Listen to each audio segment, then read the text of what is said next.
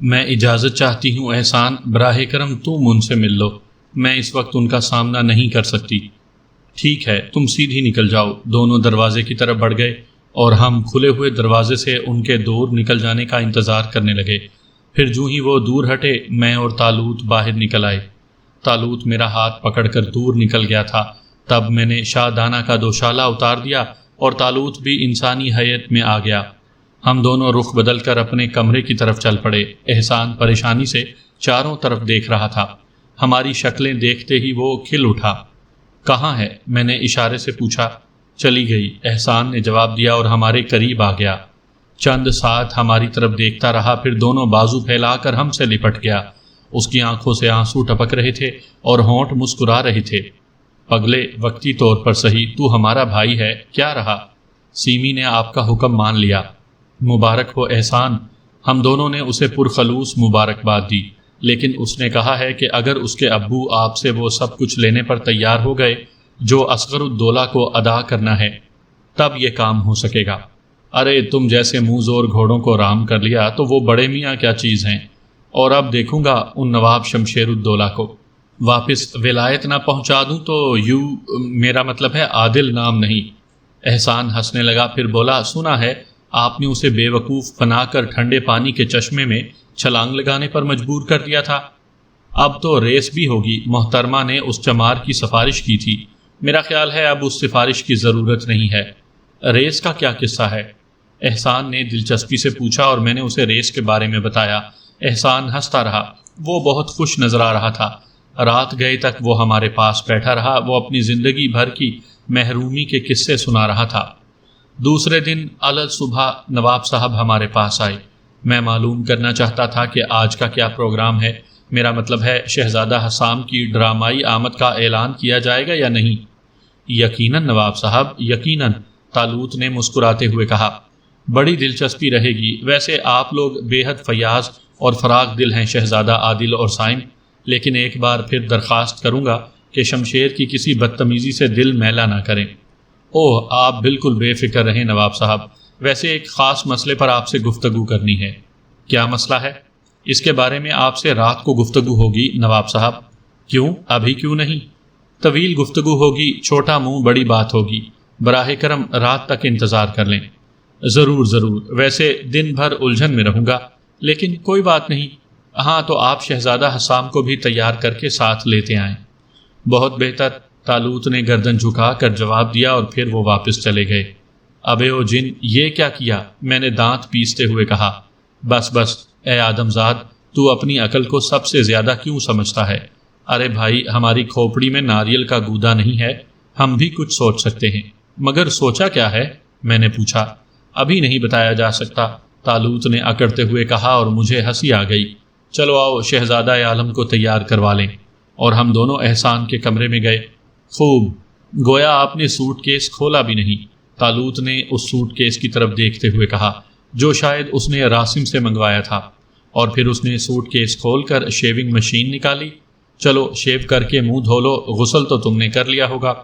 ہاں، احسان نے جواب دیا اور شیونگ مشین کا پلگ ساکٹ میں لگا کر شیو کرنے لگا۔ پھر اس نے منہ دھویا۔ اس دوران طالوت اس کے لیے ایک اعلیٰ درجے کا سوٹ منتخب کر چکا تھا۔ ہلکے کلر کے سوٹ، بے داغ کالر اور حسین ٹائی، عمدہ چمکدار شوز نے احسان کی شخصیت ہی بدل دی تھی۔ طالوت نے اس کی انگلیوں میں قیمتی ہیروں کی انگوٹھیاں ڈال دیں، ہیرے کا ٹائی پن لگا دیا۔ شکل و صورت سے احسان یوں بھی شہزادہ معلوم ہوتا تھا، اس لیے اس وقت اسے شہزادہ تسلیم کرنے کی کوئی وجہ نہیں تھی۔ یوں ہم احسان کو لے کر بر دکھاوے کے چل پڑے اور شاید نواب صاحب نے کوئی باقاعدہ تقریر کر دی تھی۔ سب لوگ حیران تھے اور دروازے کی طرف منتظر۔ پھر جب ہم تینوں اندر داخل ہوئے تو سب جلدی سے اٹھ کھڑے ہوئے، کچھ ارادتاً اور کچھ غیر فطری طور پر، حتیٰ کہ شمشیر الدولہ بھی کھڑے ہونے والوں میں شامل تھا۔ پھر جب اسے اس بات کا احساس ہوا تو وہ جلدی سے کرسی گھسیٹ کر بیٹھ گیا۔ باقی سب لوگ کھڑے ہوئے تھے۔ شہزادہ سائم، میں نے ان لوگوں کو بتا دیا ہے کہ آج ناشتے پر ہمارے ساتھ ایک انتہائی پر اسرار شخصیت مدعو ہے۔ کوئی تصور بھی نہیں کر سکتا کہ وہ کون ہو سکتا ہے۔ گویا آج کی صبح ایک دلکش انکشاف سے شروع ہوئی ہے۔ لڑکیاں اور دوسرے لوگ حیرت سے احسان کو دیکھ رہے تھے۔ یہاں بھی پہلے بولنے والا پہلا بے وقوف شمشیر ہی تھا۔ میرا خیال ہے انکل میں نے اس شخص کو استبل میں دیکھا ہے. میرا مطلب ہے کوئی حرج نہیں ہے شمشیر، تم جیسا انسان ایسے ہی الفاظ استعمال کر سکتا ہے. بہرحال تمہارا خیال درست بھی ہے. کافی عرصے تک شہزادہ حسام ہمیں بے وقوف بناتے رہے. شہزادہ حسام؟ بہت سی آوازیں بلند ہوئیں. ہاں، شادیہ کے تیسرے شہزادے شہزادہ حسام، جو تفریحاً ہمارے استبل میں گھوڑوں کی نگرانی کر رہے تھے، لیکن کون جانتا تھا کہ وہ کیا ہیں. شادیہ سے ناراض ہو کر طویل عرصہ قبل چلے آئے تھے اور ان کے دونوں بھائی عادل اور صائم انہیں تلاش کر رہے تھے. مجھے مسرت ہے کہ یہ دلچسپ ملاپ میرے غریب خانے پر ہوا. ارے، دوسروں کے منہ سے نکلا. ملازم بھی حیران تھے کیونکہ احسان ان کے ساتھ کوارٹروں میں ہی رہتا تھا. وہ سب ایک دوسرے سے سرگوشیاں کر رہے تھے. خوب، یہ شمشیر کی آواز تھی. ویسے انکل، آپ کا شوق دلچسپ ہے. لوگ کبوتر پالتے ہیں، بٹیر پالتے ہیں، گھوڑے پالتے ہیں. آپ آج کل شہزادے پال رہے ہیں. نواب صاحب کا چہرہ سرخ ہو گیا تھا. انہوں نے گھبرائے ہوئے انداز میں ہماری طرف دیکھا، لیکن طالوت فوراً بول پڑا. ہاں شمشیر الدولہ، نواب جلال الدین کے شوق واقعی دلچسپ ہیں. اپنے وطن میں بندروں کی کیا کمی تھی کہ انکل نے ولایت سے دیسی بندر امپورٹ کیے ہیں. واٹ؟ اچانک شمشیر کا ایک ساتھی کرسی کھسکا کر کھڑا ہو گیا. وہ خونی نگاہوں سے طالوت کو گھور رہا تھا.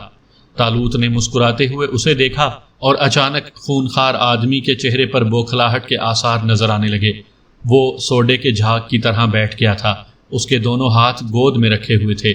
بھائی، یہ تو مذاق کی گفتگو ہے، اس میں برا ماننے کی کیا ضرورت ہے شمشیر؟ نواب صاحب نے بات برابر کرنے کی کوشش کی. میں نے برا نہیں مانا انکل، میرا ساتھی بے وقوف ہے. شمشیر زہریلے انداز میں مسکراتے ہوئے بولا. نواب صاحب نے چند لمحات ماحول درست ہونے کا انتظار کیا اور پھر وہ حسام کے بارے میں دوسرے لوگوں کو بتانے لگے. سیمی بھی گردن جھکائے بیٹھی تھی. اس کا چہرہ حسب معمول تاثرات سے عاری تھا. بہرحال احسان سب کی توجہ کا مرکز بن گیا تھا. ناشتہ جاری رہا، لیکن شمشیر اور اس کے ساتھیوں کے منہ بنے ہوئے تھے. اچانک شمشیر نے کہا، بات مذاق کی ہی ہے انکل، لیکن میں یہ پوچھے بغیر نہ رہ سکوں گا کہ یہ اجتماع شہزادگان کس لیے ہے؟ اوہ، ممکن ہے الوری کے اصغر الدولہ نے تمہارے آنے کے بعد اپنے اصول بدل دیے ہوں، ورنہ نوابوں کے مہمان خانے کبھی خالی نہیں رہتے. جلال الدین نے کہا. نہیں، میری وجہ سے اصول نہیں بدلے گئے. ہاں، کچھ پرانے اصولوں کی پابندیاں ضرور کی جاتی ہیں، جن میں ایک یہ بھی ہے کہ ہم تصدیق شدہ اعلیٰ نسب کے لوگوں کو مہمان بناتے ہیں. آپ حضرات سے معافی کا خواستگار ہوں. اس نے ہماری طرف دیکھتے ہوئے کہا. کوئی بھی شخص خود کو شہزادہ کہہ کر ہم میں داخل ہو سکتا ہے. اس طرح ہماری حیثیت متاثر ہوتی ہے. آپ شادیہ کے بارے میں ہی غور کر لیں. بقول شہزادوں کے وہ کوئی پہاڑی ریاست ہے. پہاڑوں کی ریاست کیا ہوگی؟ ممکن ہے تھوڑے سے رقبے میں چند لوگوں کو جمع کر کے جرگہ بنا لیا گیا ہو اور اسے ریاست کا نام دے دیا گیا ہو. معاف کیجیے گا انکل، اس سے ہماری توہین ہوتی ہے. مجھے جواب دیں، کیا شادیہ؟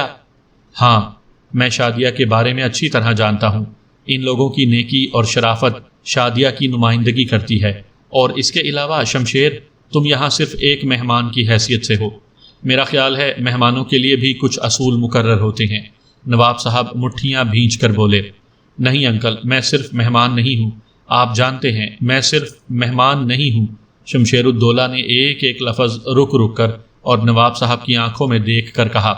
اس لیے مجھے حق ہے کہ ان لوگوں کے بارے میں آپ سے سوالات کروں اور ان سے میں سوالات کروں. کیا آپ مجھے بتا سکیں گے شہزادہ عادل کہ شادیہ کی مالی حالت کیا ہے؟ بڑی معمولی سی شمشیر الدولہ. ہم لوگ تفریحی سفر پر نکلے ہیں. کچھ زیادہ راہ ساتھ ہے جسے خرچ کرنے پر ہم حسب ضرورت اور منگوا سکتے ہیں. وہ صرف اتنا ہے کہ اگر آپ الوری جیسی 2-4 ریاستیں ماں اس کے محل اور اس میں رہنے والوں کو فروخت کرنا چاہیں تو ہم اس کی فوری ادائیگی کر سکتے ہیں. ریاست کے نوابوں کو اپنا غلام بنا کر انہیں ہی اپنی ریاست کی نگرانی سونپ کر ان کی تنخواہ مقرر کر سکتے ہیں. اگر آپ الوری کو فروخت کر کے پھر سے میکلارنس بننا چاہتے ہوں تو اپنے والد سے بات کر لیں اور کاغذات منگوا لیں. یہی نواب جلال الدین کے محل میں ریاست کی قیمت ادا کی جائے گی. طالوت نے لاپرواہی سے کہا. بڑا بھرپور جواب تھا. شمشیر برداشت نہ کر سکا. وہ ناشتہ چھوڑ کر اٹھ گیا اور اس کے ساتھی بھی. نواب صاحب نے بھی انہیں روکنے کی کوشش نہیں کی تھی. وہ سب ناشتے کے کمرے سے نکل گئے اور نواب صاحب گھبرائے ہوئے انداز میں انہیں دیکھنے لگے. تب طالوت نے سرو کرنے والے ملازم کی طرف دیکھ کر کہا، بھائی کافی اور دو۔ آپ بھی لیں نواب صاحب۔ ہم لوگوں کی اس اپنائیت اور بے تکلفی پر نواب صاحب کی آنکھوں میں نمی آ گئی، جسے وہ پی گئے۔ شمشیر کی ضلالت پر ان کا خون کھول رہا تھا۔ واپسی میں احسان بھی ساتھ ہی تھا۔ اسے الگ کمرہ اسی لیے دلوایا گیا تھا کہ آپس کی گفتگو میں دقت نہ ہو اور ہم اپنا کام انجام دیتے رہیں۔ یہ شمشیر الدولہ سخت بدتمیز انسان ہے، واقعی نوابزادے کے بجائے کسی سرکس کا مسخرہ معلوم ہوتا ہے، احسان نے کہا۔ میرا خیال ہے سائم بھائی، اب کچھ کام کی باتیں ہونی چاہیے۔ مثلاً میں نے پوچھا، آج شمشیر الدولہ سے ہی دو دو ہاتھ ہو جائیں؟ کیا کرنا چاہتے ہو؟ کچھ طے نہیں کیا، لیکن تفریح کرنی ہے، طالوت نے گردن ہلاتے ہوئے کہا۔ ٹھیک ہے، بیچارے نواب صاحب کی حالت واقعی خراب ہے۔ شمشیر بھی یہاں سے ٹلنے والا نہیں معلوم ہوتا، اور ظاہر ہے ہم تو اپنے حسام بھیا کے چہرے کے پھول دیکھے بغیر یہاں سے جائیں گے نہیں، میں نے مسکراتے ہوئے کہا۔ تب میں نواب صاحب کے پاس جا کر دیکھتا ہوں، کیا بات کرو گے؟ میں نے کہا، لیکن اسی وقت ہماری گفتگو کا سلسلہ منقطع ہو گیا۔ دروازے پر قدموں کی آوازیں سنائی دے رہی تھیں، اور پھر دروازہ کھلا اور شمشیر کی شکل نظر آئی۔ اس کے پیچھے اس کے مسلح لڑاکے بھی تھے۔ شمشیر خونی نگاہوں سے ہمیں گھور رہا تھا، پھر وہ اندر آ گیا۔ یہ نواب جلال الدین کا محل ہے، اس لیے میں یہاں کوئی ہنگامہ نہیں چاہتا، لیکن تم نے الوری کی توہین کی ہے۔ میرے ساتھی بضد ہیں کہ تمہیں اس کی سخت سزا دی جائے، چنانچہ شادیہ میں اگر مردانگی پائی جاتی ہے تو میں تمہیں کسی کھلی جگہ مقابلے کی دعوت دیتا ہوں۔ زوبی فال کیسا رہے گا شمشیر بہادر؟ طالوت نے دلچسپی سے کہا۔ نواب محل کے علاوہ کوئی بھی جگہ مناسب ہے۔ تب آپ تیاریاں کریں شمشیر بہادر۔ الوری سے آپ کی فوج کب تک پہنچ جائے گی؟ طالوت نے پوچھا۔ فوج؟ تم تینوں کو ایڈگر بآسانی قتل کر دے گا، شمشیر نے کہا۔ ٹھیک ہے، آپ کی یہی خواہش ہے تو یہی صحیح، طالوت نے شانے ہلائے۔ احسان بوکھلائے ہوئے انداز میں ہم سب کی شکلیں دیکھ رہا تھا۔ سنیے تو شہزادہ عادل، اس نے درمیان میں مداخلت کی۔ خاموش رہو حسام، شمشیر بہادر اور ان کے 3 بندروں کی ہڈیاں کڑکڑا رہی ہیں، انہیں درست کرنے کے بعد بات کریں گے۔ ہاں تو شمشیر بہادر، اگر آپ نواب صاحب کی مدد لینا چاہیں تو لے لیں، ورنہ پھر ایسا کرتے ہیں کہ شام کو پکنک کا پروگرام بنا کر چلتے ہیں، وہاں ہمارا اور آپ کا فیصلہ ہو جائے گا۔ مجھے منظور ہے، شمشیر نے سینہ پھلاتے ہوئے کہا، اور پھر گردن اکڑاتے ہوئے واپس لوٹ گیا۔ ٹھیک ہے شمشیر بہادر، تم نے یہ فضا خود ہی پیدا کی ہے، بہرحال تفریح رہے گی۔ طالوت بڑبڑایا اور میں نے اس کے کندھے پر ہاتھ رکھ دیا۔ نصیحت کے علاوہ اور سب کچھ، طالوت غرایا۔ تم یہ تو سوچو نواب صاحب الجھن میں پھنس جائیں گے، جبکہ ابھی تم نے ان سے بات بھی نہیں کی ہے۔ یار مجھے غصہ آ گیا ہے، جو کچھ کرنا چاہتے ہو ابھی کر لو، تاکہ شام کو خالی ذہن ہوں، طالوت نے ہاتھ اٹھاتے ہوئے کہا، اور ایک بار پھر ہمیں دروازے کی طرف متوجہ ہونا پڑا۔ نواب جلال الدین نے دروازے سے اندر آنے کی اجازت طلب کی تھی۔ اوہ تشریف لائیے نواب صاحب، ہم تینوں کھڑے ہو گئے۔ نواب صاحب کا چہرہ ستا ہوا تھا۔ بیٹھیے، آپ لوگ بیٹھیے۔ شہزادہ سائم، میں آپ سے کچھ گفتگو کرنا چاہتا ہوں۔ ہاں ضرور، آپ لوگ دوسرے کمرے میں آ جائیے، میں نے طالوت اور احسان سے کہا، اور طالوت نے مجھے آنکھ مار دی۔ میں نے غیر محسوس انداز میں گردن ہلا دی تھی۔ دونوں اندر چلے گئے تو نواب صاحب گردن جھکا کر بیٹھ گئے۔ میں ان کی شکل دیکھ رہا تھا۔ پھر نواب صاحب بھرائی ہوئی آواز میں بولے، شہزادہ سائم، آپ کی جس قدر توہین اس گھر میں ہوئی ہے، اس کے لیے میں زندگی بھر خود کو معاف نہیں کر سکوں گا، میرا دل ہمیشہ روتا رہے گا۔ قطع کلامی کی اجازت دیجیے نواب صاحب، میں آپ سے ایک سوال کروں گا، میں نے درمیان میں ٹوکا، اور نواب صاحب سوالیہ انداز میں مجھے دیکھنے لگے۔ اگر آپ کی مراد شمشیر الدولہ کی گفتگو ہے تو سب سے پہلے میں عرض کر دوں کہ براہ کرم ان کی اور ہماری جو گفتگو ہوئی ہے اس سے اپنا تعلق نہ قائم کریں۔ مجھے علم ہے کہ شمشیر الدولہ آپ کے بچپن کے دوست کے صاحبزادے ہیں، لیکن آپ ہر بار بھول جاتے ہیں کہ آپ نے ہم اجنبی لوگوں کو اپنے سلوک سے یہ سوچنے پر مجبور کر دیا ہے کہ ہم اجنبی نہیں بلکہ اپنے گھر میں ہیں۔ اس لیے اگر آپ شمشیر الدولہ کے بارے میں معذرت کرتے ہیں تو ہمیں دکھ ہوگا۔ میرے بچے، میرے عظیم بچوں، میں صرف اتنا کہوں گا کہ تمہاری رگوں میں ایک شریف خون ہے، نواب صاحب لرزتی آواز میں بولے، اور ان کی آنکھوں سے آنسو لڑک پڑے۔ اگر آپ یہ اعتراف کرتے ہیں نواب صاحب، اگر آپ ہمیں پسند کرتے ہیں تو کیوں اپنوں میں جگہ نہیں دے دیتے؟ میں نے کہا۔ میں خدا کو جواب دے ہوں کہ میں تمہیں غیر نہیں سمجھتا، نواب صاحب کی روندھی ہوئی آواز ابھری۔ تب آپ نادانستگی میں ہمیں غیریت کا احساس دلا رہے ہیں؟ میں نہیں سمجھا، نواب صاحب حیرت سے بولے۔ سنیے نواب صاحب، اس گفتگو سے ناراض ہو کر آپ چاہیں تو بے تکلفی سے ہمیں گھر سے نکال دیں، اور اگر ہمیں اس کا جواب نہ ملا تو ہم بد دل ہو کر خود ہی یہ گھر چھوڑ دیں گے۔ آج فیصلہ ہو جائے گا، شمشیر کی حیثیت ہمارے علم میں ہے، لیکن کیا آپ یہ بتانا پسند کریں گے نواب صاحب کہ اس کی دوسری حیثیت کیا ہے؟ دوسری حیثیت؟ نواب صاحب پھنسی پھنسی آواز میں بولے، ہاں، کیا اس کی دوسری حیثیت سیمی کے منگیتر کی نہیں ہے؟ ہاں، وہ سیمی کا منگیتر ہے۔ نواب صاحب ہاں یا نہیں میں جواب دیں۔ اگر آپ ہمیں شریف النسل سمجھتے ہیں تو کیا ہم آپ سے درخواست کر سکتے ہیں کہ آپ ہمیں اپنے بیٹوں کی حیثیت دیں؟ آپ اس درخواست کو قبول کریں گے؟ میرے بیٹے، خدا گواہ ہے کہ میں تمہیں اپنا لخت جگر سمجھتا ہوں۔ اس حیثیت سے سیمی ہماری بہن ہوئی۔ یقیناً۔ تو نواب صاحب، میں اپنی بہن کے لیے شمشیر الدولہ جیسے انسان کو ناپسند کرتا ہوں۔ آسمان اور ذرے کی بات ہے، میری بہن شائستہ اور اعلیٰ معیار کی ہے، اور وہ ایک مصنوعی انسان ہے جس کے پاس اپنا کچھ نہیں ہے۔ وہ اخلاقی طور پر دیوالیہ ہے، وہ ذہنی طور پر کمتر ہے، بد سلیقہ اور غیر شائستہ ہے۔ نواب صاحب، کیا ایک بھائی اپنی بہن کو جہنم میں جھونک سکتا ہے؟ کیا آپ ذمہ داری لیتے ہیں کہ میری بہن کے ساتھ بد سلوکی نہ ہوگی؟ کیا وہ کم ظرف آدمی قدم قدم پر اس کی توہین نہ کرے گا؟ مجھے احساس ہے بیٹے، نواب صاحب روتے ہوئے بولے۔ کیا بیٹیاں اسی لیے پیدا ہوتی ہیں نواب صاحب کہ انہیں جہنم کا ایندھن بنا دیا جائے؟ نہیں۔ تو سنیں، سیمی اس سے نفرت کرتی ہے، شدید نفرت، میں دعویٰ کرتا ہوں۔ لیکن میں مجبور ہوں بیٹے۔ کیوں؟ جواب دیں۔ میرا چہرہ سرخ ہو گیا۔ نواب صاحب نے میری طرف دیکھا اور اچانک ان کی سسکیاں رک گئیں، اپنی غلط کاریوں کی بنا پر۔ سنو، جلال آباد رہن ہے، میرا وقار فروخت ہو چکا ہے، میں اصغر الدولہ کا مقروض ہوں، میں جھوٹی شان پر بیٹی کی قربانی دے رہا ہوں۔ مجھے علم ہے، اور اگر اس محل میں ہماری توہین ہوئی ہے تو صرف یہی کہ ہم اپنائیت کی بھیک مانگتے رہے ہیں اور ہمیں وہ بھیک نہیں ملی۔ دولت دنیا کی سب سے بے حقیقت شے ہے نواب صاحب، وہ انسان کا وقار نہیں خرید سکتی۔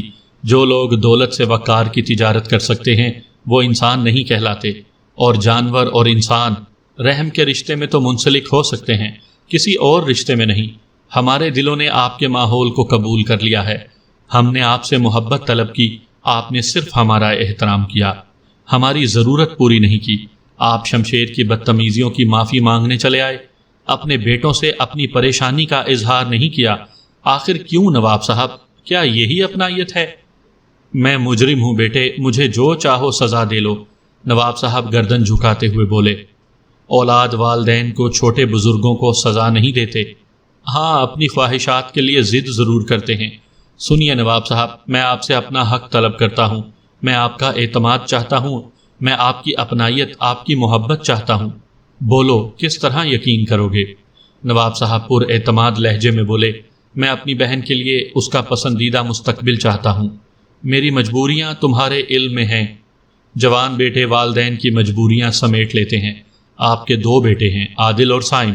نواب صاحب، ہم دونوں کی خواہش ہے کہ ہم اصغر الدولہ کا قرض اس کے منہ پر مار دیں، اور نواب صاحب ہماری خواہش ہے کہ ہم حسام کو اور سیمی کو رشتہ ازدواج میں منسلک کر دیں۔ حسام اب کہیں نہیں جائے گا۔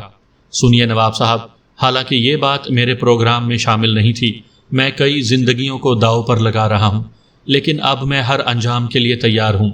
میرا ایمان ہے، سچ میں جو قوت ہوتی ہے وہ جھوٹ میں نہیں۔ جھوٹ بعض اوقات بہت سے معاملوں کی تما پوشی کر دیتا ہے، لیکن اس سے انسان کے ضمیر پر سیاہ داغ پڑ جاتے ہیں اور وہ مطمئن نہیں ہو سکتا۔ حسام میرا بھائی نہیں ہے، وہ ایک تعلیم یافتہ نوجوان ہے، وہ سیمی کو چاہتا ہے، بھری دنیا میں تنہا ہے، سیمی کا کالج کا ساتھی ہے، سیمی کی وجہ سے یہاں ملازم ہوا تھا، اور جب سیمی کو شمشیر کی تصویر نظر آئی تو اس کا دل ٹکڑے ٹکڑے ہو گیا۔ اس نے خود کو بے حقیقت شے سمجھا اور وہ جذبات میں دیوانی ہو گئی، لیکن حسام نے، جس کا نام احسان ہے، اسے سنبھالا، اسے خاندانی وقار پر قربان ہونے کے لیے تیار کیا، اور اتفاق سے پوری بات ہمیں معلوم ہو گئی۔ نواب صاحب، اس راز کے چوتھے شریک آپ ہیں۔ اس کی شادی صرف احسان سے ہوگی، خواہ ہمیں اس کے لیے ریاست الوری کو تباہ کرنا پڑے۔ وہ ہماری بہن ہے۔ بہرحال ہم نے احسان کو مجبور کر دیا کہ وہ ہمارے کہنے پر عمل کرے۔ اگر اس وقت جذبات میں آ کر میں سچ بولنے پر آمادہ نہ ہوتا تو حسام کی حیثیت سے احسان کی شادی سیمی سے ہوتی، یہی ہونا ہے جو ہم نے سوچا ہے اور یہی ہوگا۔ سیمی جیسی نیک لڑکی جہنم میں نہیں جائے گی۔ سنیے، ریاست الوری کا جتنا قرض آپ پر ہے آپ اسے اس کے منہ پر مار دیں اور شمشیر سے تعلقات منقطع کر لیں۔ ہم احسان کی شادی سیمی سے کرنے کے بعد یہاں سے جائیں گے۔ میری آواز میں غراہٹ تھی اور چہرے پر عزم۔ نواب صاحب پاگلوں کی طرح مجھے دیکھ رہے تھے۔ کافی دیر تک ان پر سکتا رہا، پھر وہ بھرائی ہوئی آواز میں بولے، سیمی بھی اسے پسند کرتی ہے؟ بے پناہ، اس طرح کہ اگر دونوں کو الگ کر دیا جائے تو وہ بے جان انسانوں کی مانند زندہ رہیں گے۔ لیکن اصغر الدولہ چھچھورا آدمی ہے، گو وہ اسے صرف اپنی رقم چاہیے نا۔ ہاں، اس کے پاس کاغذات ہیں، ایسے کاغذات۔ تمام کاغذات آج ہی رات آپ کو مل جائیں گے رقم ادا کیے بغیر۔ میں نے پھر نواب صاحب کی بات درمیان سے کاٹ دی، لیکن اس کے باوجود آپ اسے رقم ادا کر دیں۔ اب میں کچھ نہیں بول سکتا۔ ٹھیک ہے، میں کچھ بھی نہیں کہوں گا۔ میں تمہارے احسان کا تذکرہ بھی نہیں کروں گا، سب کچھ فضول ہے۔ لو، اب میرا وقار تمہارے ہاتھ میں ہے۔ نواب صاحب نے اپنی ٹوپی اتار کر میرے سامنے اچھال دی، لیکن میں نے اسے زمین پر نہ گرنے دیا اور اٹھا کر سر پر رکھ دی۔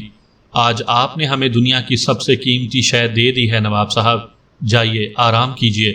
اس خاندان کی عزت اب آپ کے دونوں بیٹے سنبھالیں گے۔ میں اپنے بیٹوں کی قوت کا معترف ہوں۔ نواب صاحب پوری طرح اطمینان سے بولے اور پھر وہ خاموشی سے کمرے سے نکل گئے۔ ان کے چلے جانے کے بعد میں کمرے سے نکلا اور احسان کے کمرے کی طرف بڑھ گیا۔ طالوت موجود نہ تھا، صرف احسان تھا جو اداس سی شکل بنائے بیٹھا تھا۔ میں سمجھ گیا کہ طالوت کہاں ہوگا۔ بہرحال وہ میرے پیچھے ہی کمرے میں داخل ہوا تھا۔ تو تم نے میری اور نواب صاحب کی گفتگو سن لی؟ میں نے کہا۔ اچھی طرح۔ کہیں کوئی جھول؟ ذرہ برابر نہیں۔ کاغذات کا کیا کرو گے؟ آدمی روانہ کر دیا ہے۔ کوئی دقت تو نہیں ہوگی؟ ذرہ برابر نہیں، بلکہ تم کہو تو الوری کو دیوالیہ کر دوں؟ نہیں، ہمیں صرف شمشیر الدولہ سے پرخاش ہے اور اب یہاں اس کا کوئی ہمدرد نہیں۔ چنانچہ آج شمشیر الدولہ کی دعوت ہوگی، اور ہاں، اپنے اس یار کا منہ تو میٹھا کرو، اس کی شادی کی بات پکی ہو گئی ہے، سمجھے احسان؟ نواب صاحب سیمی کی شادی تمہارے ساتھ کرنے پر رضامند ہو گئے ہیں۔ احسان کے منہ سے ایک لفظ بھی نہ نکلا، اس کی آنکھوں سے صرف آنسو بہتے رہے۔ طالوت نے جلدی سے جیب سے ایک پڑیا نکالی اور اسے کھولنے لگا، پھر اس نے پڑیا میں سے شکر کی ایک چٹکی بھری اور احسان کا منہ کھول کر اس میں ڈال دی۔ ناشتے کی میز سے چرائی تھی اسی موقع کے لیے۔ لو، تم بھی میٹھا کرو، اس نے تھوڑی سی شکر اپنے اور تھوڑی سی میرے منہ میں ڈالتے ہوئے کہا، اور شدید سنجیدگی کے باوجود احسان بھی ہنس پڑا۔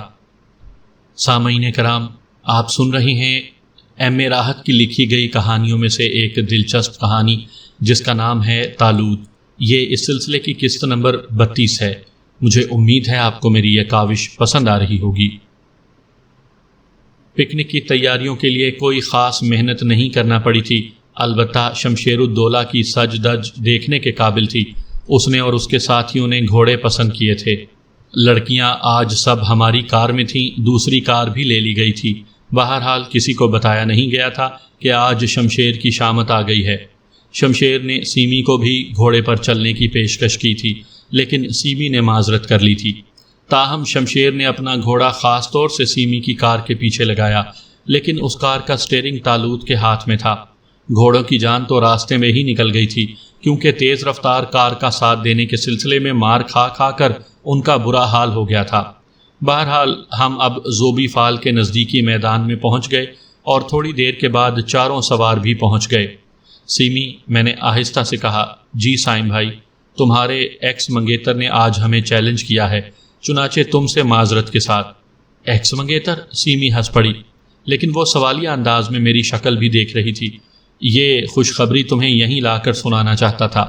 عادل کی جیب میں شکر کی پڑیا ہے جو اس نے ناشتے کی میز سے چرائی تھی اور جس سے ایک ایک چٹکی بھر کر اس نے احسان اور میرا منہ میٹھا کرایا تھا۔ ابھی چپکے سے وہ پڑیا مانگ کر میں تمہیں بھی ایک چٹکی کھلاؤں گا۔ سیمی عجیب سے انداز میں ہنس رہی تھی۔ ارے بھائی، صاف صاف کیوں نہیں پوچھتی؟ ہاں، میں نے نواب صاحب سے بات کر لی ہے، اور وہ میرے بھائی حسام سے نہیں بلکہ تمہارے کالج فیلو احسان سے تمہاری شادی کرنے پر رضامند ہو گئے ہیں، اور خدا کی قسم اس میں جھوٹ نہیں ہے، میں نے کہا، اور سیمی سکتے میں رہ گئی۔ اس کی آنکھیں پھٹی کی پھٹی رہ گئی تھیں۔ پھر وہ آگے بڑھی اور اس نے میرا بازو پکڑ لیا۔ اس کی گرفت بہت مضبوط تھی، جس سے اس کی ذہنی ہی جان کا اندازہ ہوتا تھا۔ خود کو سنبھالو سیمی، تم جتنی پیاری لڑکی ہو، ہم تمہیں شمشیر جیسے گیدڑ کے حوالے کیسے کر سکتے تھے؟ سیمی کی آنکھوں سے آنسو بہنے لگے، وہ منہ سے کچھ بھی نہ بول سکی تھی، لیکن شمشیر نے دور سے یہ منظر دیکھ لیا تھا۔ سیمی ابھی تک میرا بازو پکڑے ہوئے تھی، اگر تنہائی ہوتی تو وہ یقیناً مجھ سے لپٹ جاتی۔ دوسرے لمحے شمشیر کا گھوڑا ہماری طرف دوڑا، وہ منہ سے شوں شوں کرتا ہوا ہمارے نزدیک پہنچ گیا اور پھر مجھے گھورتے ہوئے سیمی سے بولا، کیا بات ہے سیمی؟ یا تمہارے ساتھ بدتمیزی کی گئی ہے؟ بدتمیزی تو اب تمہارے ساتھ کی جائے گی میری جان، فکر مند نہ ہو، میں تمہارے بدن کی پوری کھال اتار دوں گا سائن۔ تم مجھ سے واقف نہیں ہو، شمشیر گرجا، اور دوسرے لوگ بھی ہماری طرف متوجہ ہو گئے۔ طالوت جلدی سے میری طرف بڑھا تھا۔ سیمی، اس کا ہاتھ چھوڑ دو، مجھے یہ بے تکلفی پسند نہیں ہے۔ ولدیت میں تو تم لوگ اپنی مائیں اور بہنیں دوسروں کی آغوش میں دے دیتے ہو، یہاں یہ اعتراض کیوں؟ اور پھر سیمی سے تو تمہارا کوئی بھی رشتہ نہیں ہے، میں نے زہریلے انداز میں کہا۔ شمشیر کا پارا عروج پر پہنچ گیا۔ دوسرے لمحے اس نے دانت پیس کر گھوڑے کو ایڑ دی۔ وہ شاید دیوانگی میں گھوڑا ہی ہمارے اوپر چڑھا دینا چاہتا تھا، لیکن اچانک ایک دلچسپ تماشا شروع ہو گیا۔ گھوڑا آگے بڑھنے کے لیے زور لگا رہا تھا، لیکن کسی نادیدہ ہاتھ نے اس کی دم پکڑ رکھی تھی اور وہ ایک قدم بھی آگے نہیں بڑھ سکا۔ تمام لوگ پیچھے ہٹ گئے۔ گھوڑا ایک بار اچھلا اور دوسرے لمحے اس نے الف ہو کر شمشیر کو نیچے گرا دیا۔